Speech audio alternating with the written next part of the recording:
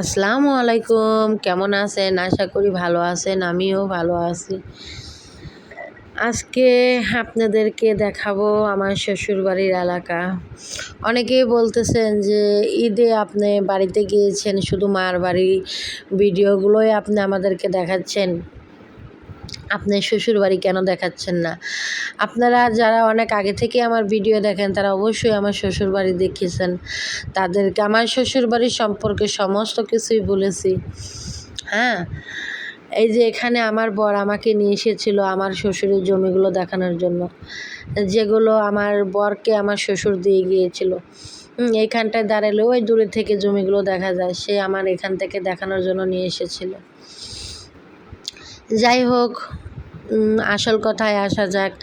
যে কারণে আমার শ্বশুর বাড়ি আমি এই ব্লগে দেখাচ্ছি না, কেননা আমার শ্বশুর বাড়ির সম্পর্কে সমস্ত কথাই আমি আপনাদেরকে বলেছি।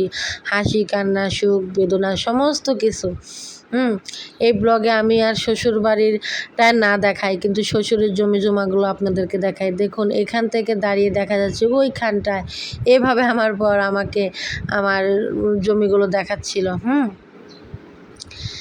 যাই হোক, যে শ্বশুরের ভিটাতে আমার শ্বশুর শাশুড়ি এত কষ্ট করে মাটি ভরাট করেছে, পিছনে পুকুর থেকে সে মাটি এনে এনে সে ভিটাগুলো ভরেছে, সেই বাড়িতে আমার শ্বশুর থাকতে পারে না, আমার শাশুড়ি থাকতে পারে না, আমি থাকতে পারি না।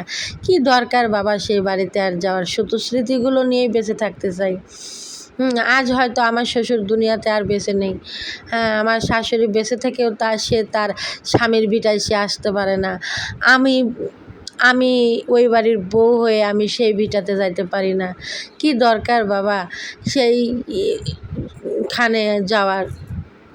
মন টানে না। যেখানে আমি সর্বপ্রথম ওই বাড়িতে যে আমার শ্বশুর শাশুড়ির হাতে পড়েছিলাম, সেই শ্বশুর শাশুড়ি যখন ওই বাড়িতে নেই, আমি আর ওই বাড়িতে যে কি করব?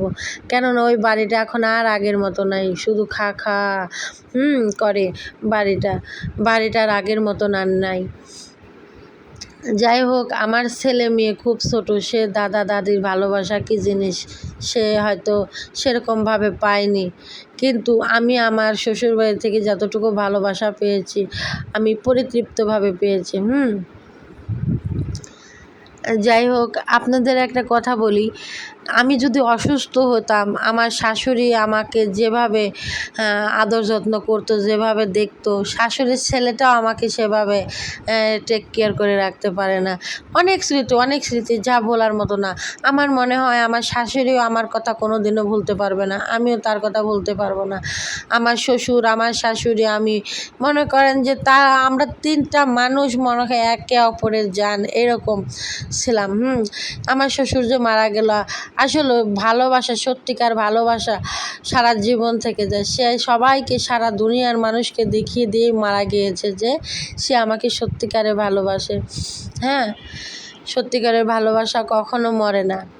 আর ভালোবাসা তো সেটা ভিতর থেকে আসে, সেটা দেখানো ভালোবাসা না। দেখানো ভালোবাসা কখনোই বেশি দিন টেকে না, আপনারা ভালো করেই জানেন। আর এই তো আমার শ্বশুরের আসল ঠিকানা। আমি এখানে এসেছিলাম আমার শ্বশুরকে দেখতে। এখানে একদিন সবাইকে আসতে হবে। আমার শ্বশুর এখানে ঘুমিয়ে আছে, আমি আমার শ্বশুরের কাছে এসেছি, আমি অনেক কান্না করেছি। যাই হোক, আমার ছেলেটাও আসছে তার বাবার সাথে এসে, তার মনটা ভীষণ খারাপ। যা আম্মু, দাদা কেন মারা গেছে? আসলে তো একদিন সবাইকে দুনিয়া থেকে চলে যেতে হবে, চিরবিদায় জানাতে হবে, তাই না? যাই হোক, আজ এই পর্যন্তই। আল্লাহ হাফেজ।